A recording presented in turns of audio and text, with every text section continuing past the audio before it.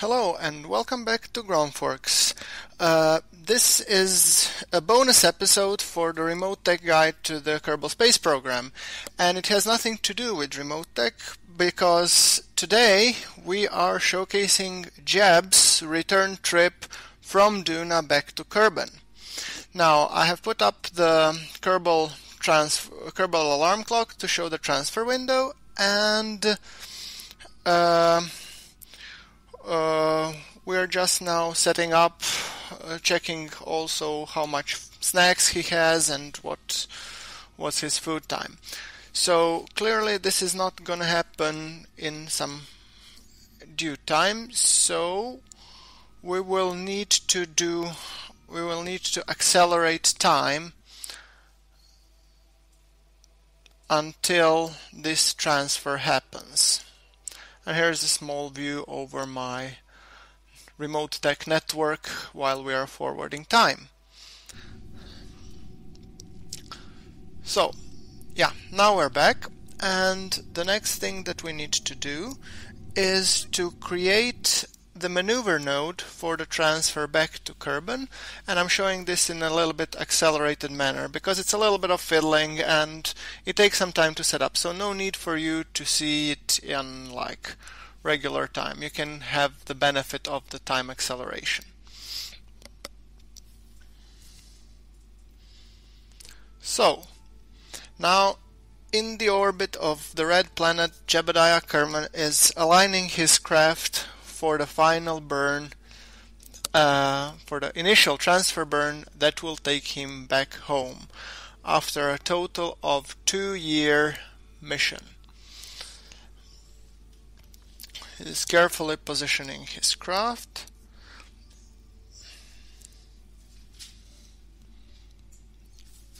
Until we get properly aligned for the maneuver node.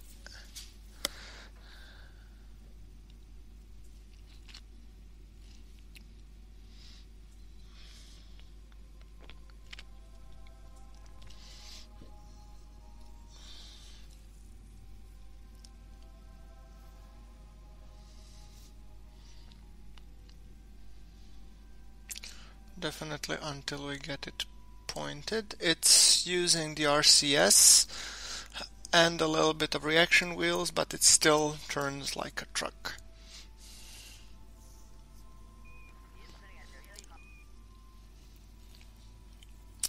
Alright, now we're pointing in the right way, so it is time to go to the actual maneuver node, and we shall do so in a time accelerated manner. This is the final orbit around Duna before burning back to go back to Kerbin.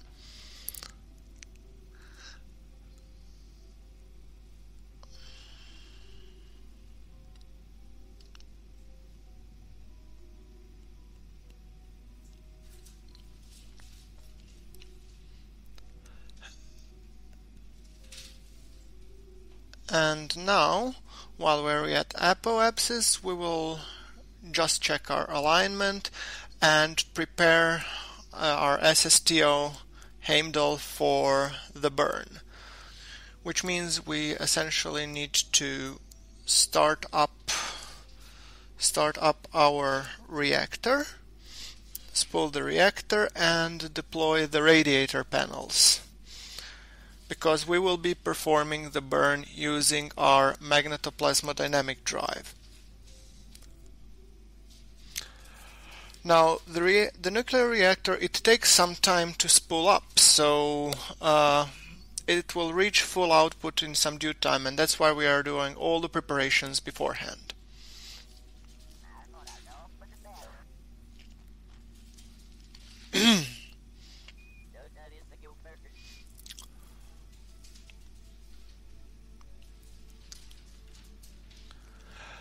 And now we will be doing a short test burn to try and determine how long will the actual burn take, because this engine has a decent amount of thrust, but given the whole mass of the SSTO, it takes a while. Okay, so it takes roughly 7 minutes and 30-40 seconds approximately. So final checks, we will start the burn some 3 minutes or 4 minutes roughly before we get to the actual maneuver node. So now just now trying to align the aircraft nicely so we have a nice view over it, and in a few moments we will hit the burn and start our return trip to bring Jebediah Kerbin back home. And magnetoplasma dynamic drive engaged,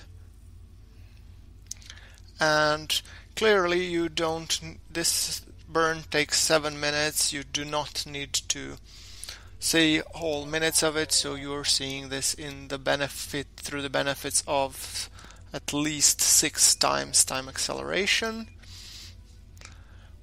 By the way, this near future propulsion is generating really nice effects. I really like how the whole thing looks while we're burning back. And slowly but surely we are getting there. It's just a matter of time until we reach this. So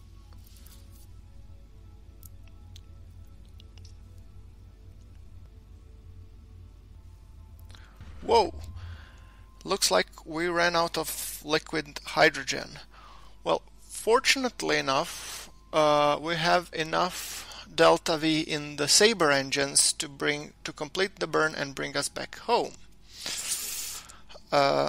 So what we will definitely need to do is to pack up our magnetoplasma dynamic drive and re-enable our Sabres. We have used a magnetoplasma dynamic drive for many different burns, so yeah, we will need to continue using with Sabres here. And since it's only a tiny fraction of the whole burn, we can do it at a very low thrust to ensure that we don't veer too much of the maneuver node course.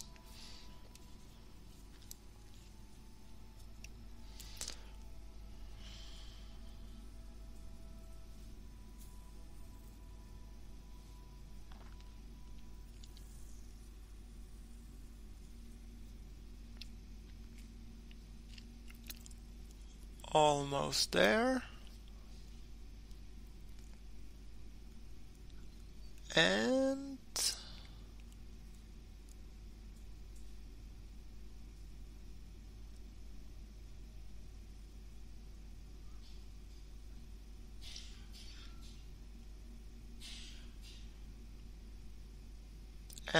success.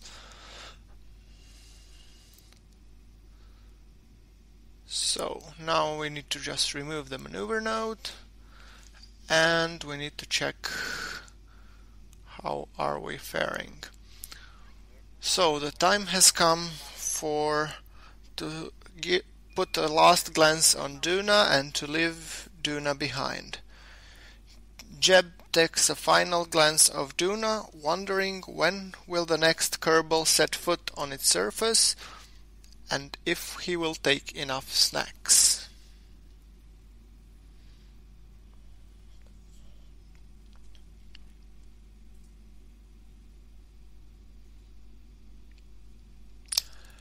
As Duna slowly drifts away, we cannot help but admire the view of it and of its moon Ike, which has come by to give us a proper send-off.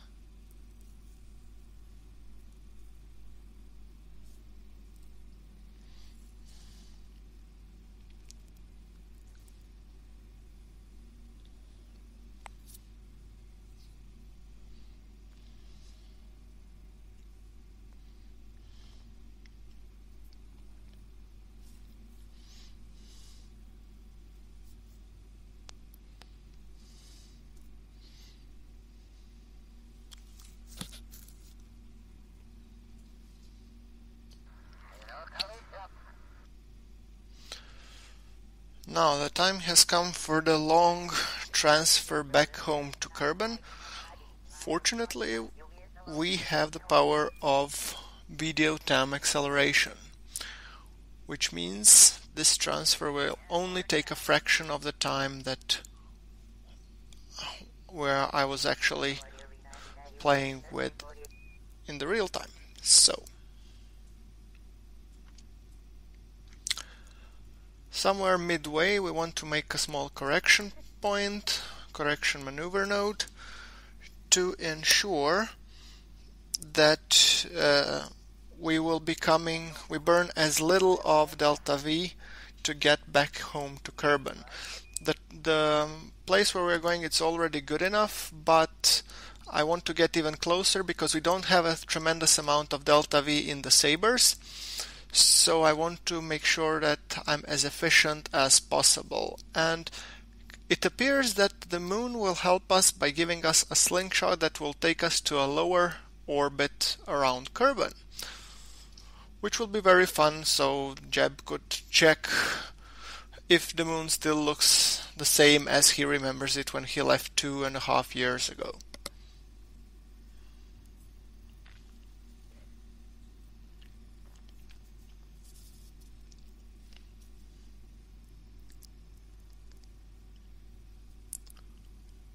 Few final tweaks to just see if it would be better to go from the other side of the moon or not.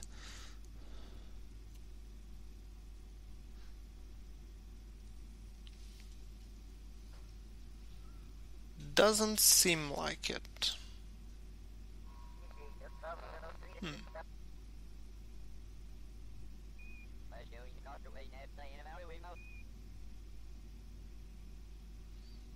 Okay, never mind.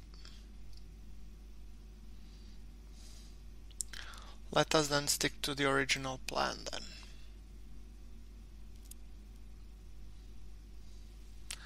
That looks good enough.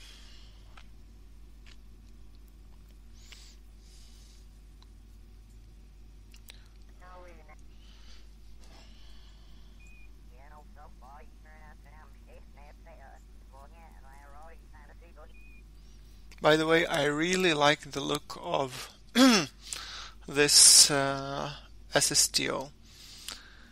It was actually, designing it was pretty difficult because of properly placing its center of mass and center of lift, because its main wings are aligned a little bit down, they're not in the middle, but it still creates a nice sleek profile, and it is orbit capable, and as you can see it is even Duna capable. Now what remains to be seen if it will survive the rigors of the deadly re-entry on the way back.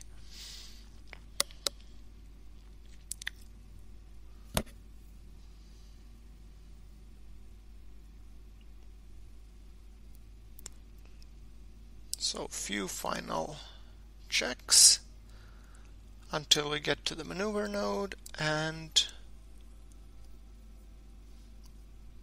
we should hopefully start the burn that will take us closer, to the moon.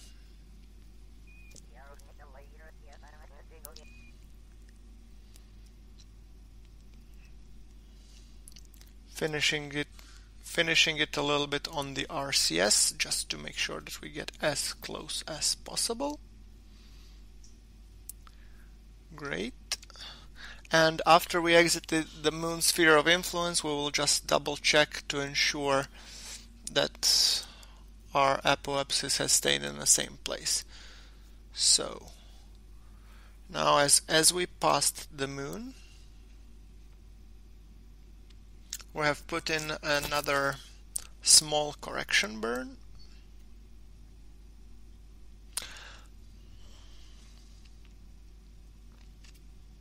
By the way, I have skipped the part where we're grazing around moon because it really wasn't any value, because we were passing through its dark side mainly.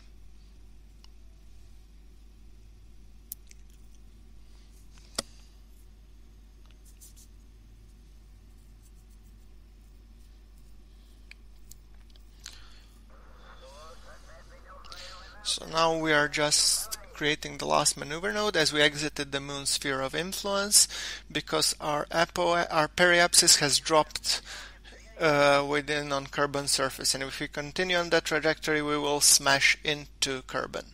So we need to raise our periapsis high enough so we don't burn up in the atmosphere, but still low enough so that we get an aerobrake and eventually an aero capture. So that we get captured in the Kerbin's orbit. And yeah, hereby I was trying to see if I could tweak it a little bit, and also if I could later set it up using trajectories, but for some reason trajectories wasn't helping in this case really. You will see me doing that a little bit later.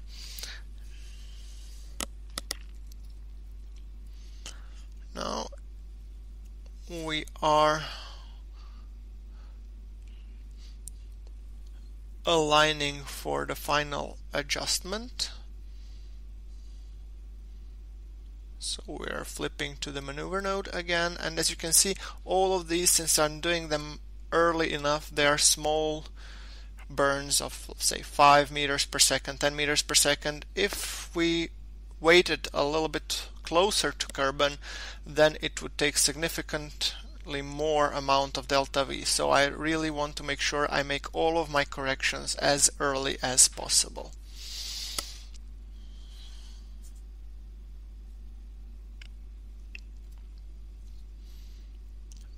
Okay, so we are more or less lined up, and as soon as we line up, we will do the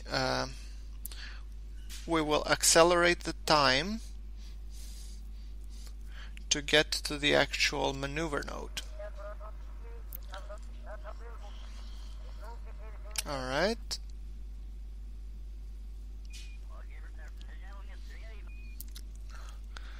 And few more meters and we will actually start the burn. I will be, by the way, monitoring this on the map view just to make sure that we are as accurate as possible. And I'm also burning slowly to ensure that you don't veer away from this course. This will be the final adjustment burn before our aerobrake.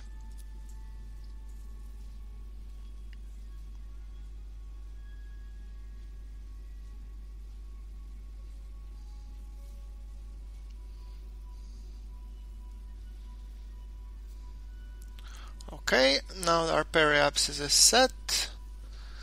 I'm really hoping that this periapsis will be sufficient enough to capture us, but I'm really hoping that we don't burn up in the atmosphere. It would really be an unfortunate Kerbal conclusion to the whole mission. And hereby I was hoping to see if trajectories could calculate where we would end up, but as the developer said, trajectories is not really as smart to calculate when you're going on hyperbolic orbits, more you're going around circular, so it wasn't unfortunately able to predict, so I decided to disable it for the time being. Here I have created another maneuver node, and I have done so just to make sure that I align the aircraft properly for the actual re-entry, so that we basically should be pointing in the right direction when we hit the atmosphere. And obviously, before we actually go and execute the maneuver, I will drop a quick save just in case the Kraken hits.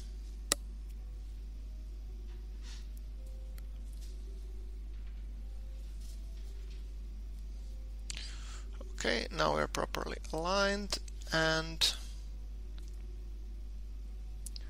time to hit that time acceleration and see where we end up now, shall we?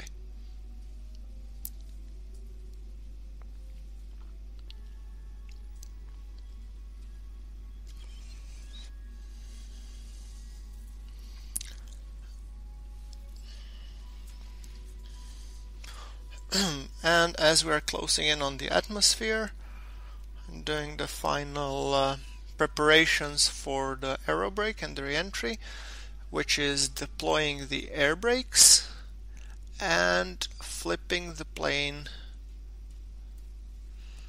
so that we still try and maintain some correct angle towards the atmosphere, because as soon as we hit the atmosphere, our control surfaces will start reacting. So we want to make sure that we are properly aligned, that all the parts are heated equally.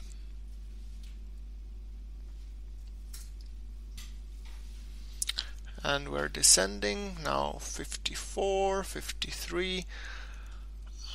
Between 40 and 35 is when the real heating will start, and it is the most risky part of the aerobrake. I tried to deploy as many air brakes as I could to maintain as much drag as possible.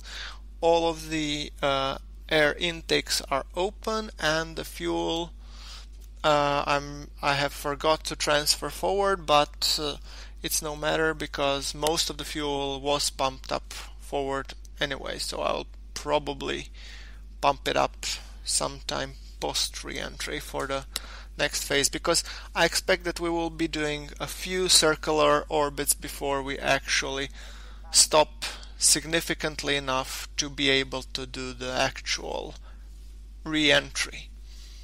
So the goal of this aerobrake is just to get captured in the orbit around Kerbin.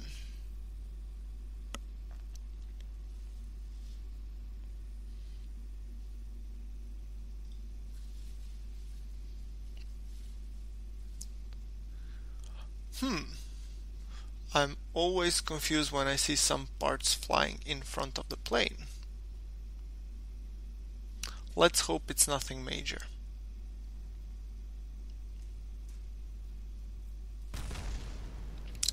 Looks like the temperature looks solid for now. Whoops! Spoke too soon. I kind of was afraid of this. These are the aircraft's 3 main air brakes that have exploded. So I closed off the 4th big one just to make sure that I maintain the so that my aircraft doesn't yaw too much.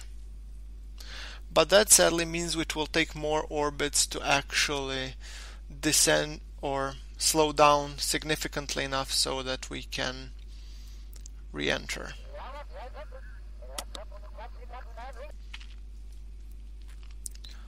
The good thing is, as it seems, we have successfully ended up in an elliptical orbit around Kerbin, with its apoapsis still dropping as long as we are, but we are now starting slowly to rise up.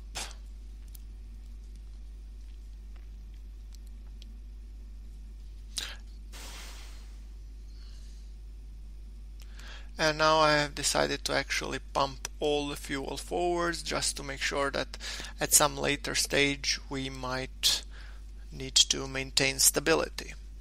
I'm still keeping the liquid fuel and oxidizer just to make sure that if we need to do some corrections while still in space, we have enough delta V to do so. But I will most likely be dumping the oxidizer as soon as we do the re-entry and we no longer need oxidizer.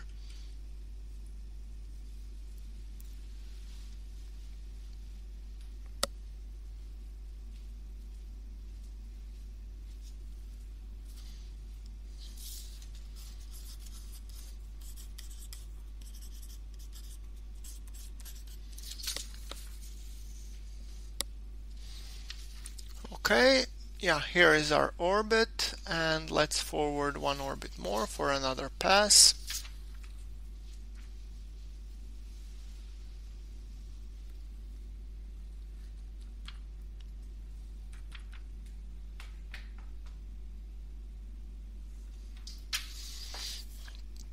Now let's hope that on this pass of the orbit we don't lose any more parts, because failing at getting back after this successful mission would just be embarrassing. Whoops! Something else has broken as well. Now I'm getting really concerned given the level of heating and everything.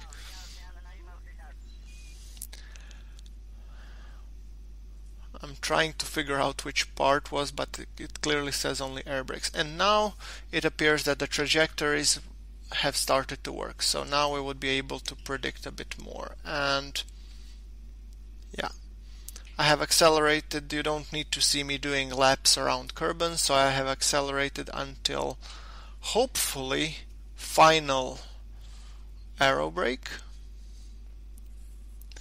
And I'm showing that at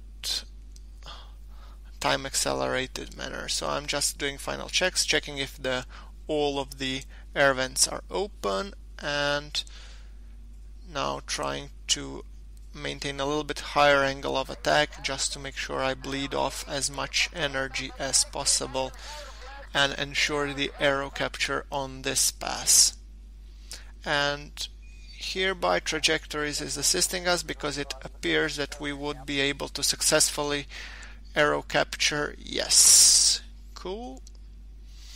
So now comes the hard part of actually turning toward our landing place towards the Kerbal Space Center. Given the altitude and the rate that we are going, this is not such an easy task. I could have perhaps tried to do that while we have been at the apoapses and tried to change the inclination, but I wanted to be very fuel efficient on the actual use of liquid fuel and oxidizer, because I didn't know how much I will need now back on the re-entry. But Kerbal Space Center is not too far off. We just need to try and turn as much as possible and to align ourselves on going back. And in doing so, we're also bleeding some energy, so it's actually a dual benefit. I'm clearly showing this in the 6th time acceleration, but yeah. And that's why you see me checking the map like a maniac. Now we have slowed down enough so that we can actually start to do the actual turn. And I have also engaged the sabers now in air breathing mode, so that, and I will be soon flipping away the air brakes because we no longer need them.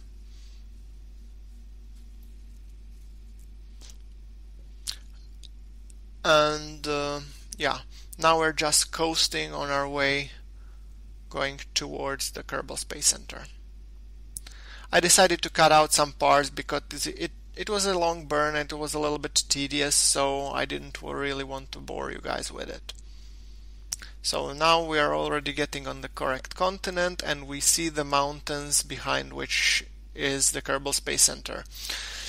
Yeah, back when we were doing the aerobrakes, Kerbal Space Center was still in the sunlight, but unfortunately, since we needed so many passes, we will be landing in the dark. Fortunately for us, the airstrip is still lit. The unfortunate part is that I didn't plant the flag near the KSP, because I think this would make my life a lot easier and not needing to check the map like a bloody maniac. It's definitely a lesson learned, and I should have learned from my own tutorial, you would think. So we are starting to see the Kerbal Space Center,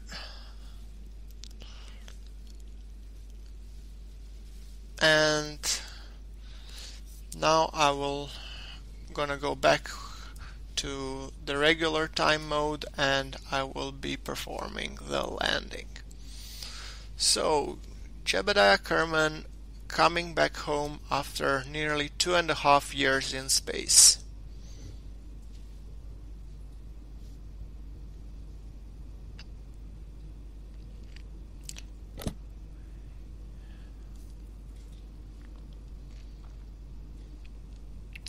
He's contacting the guys at the flight control, indicating that he's on a final approach,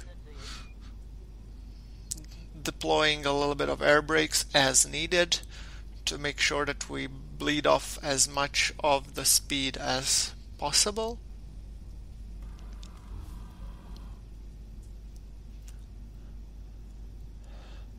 I really hope that this landing goes as planned, because it has been a long time since I have last landed an SSTO on the runways, so bear with me if I'm doing it a little bit of like a yo-yo maneuvers.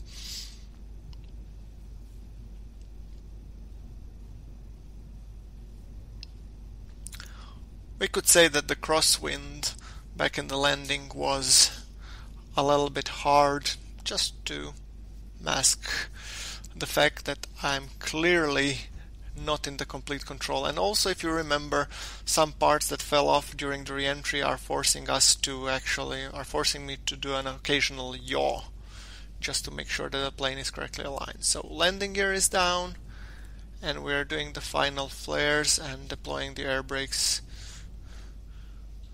to ensure the landing, and almost there. We can see the lights of the runway as the Kerbal Space Center comes closer and closer.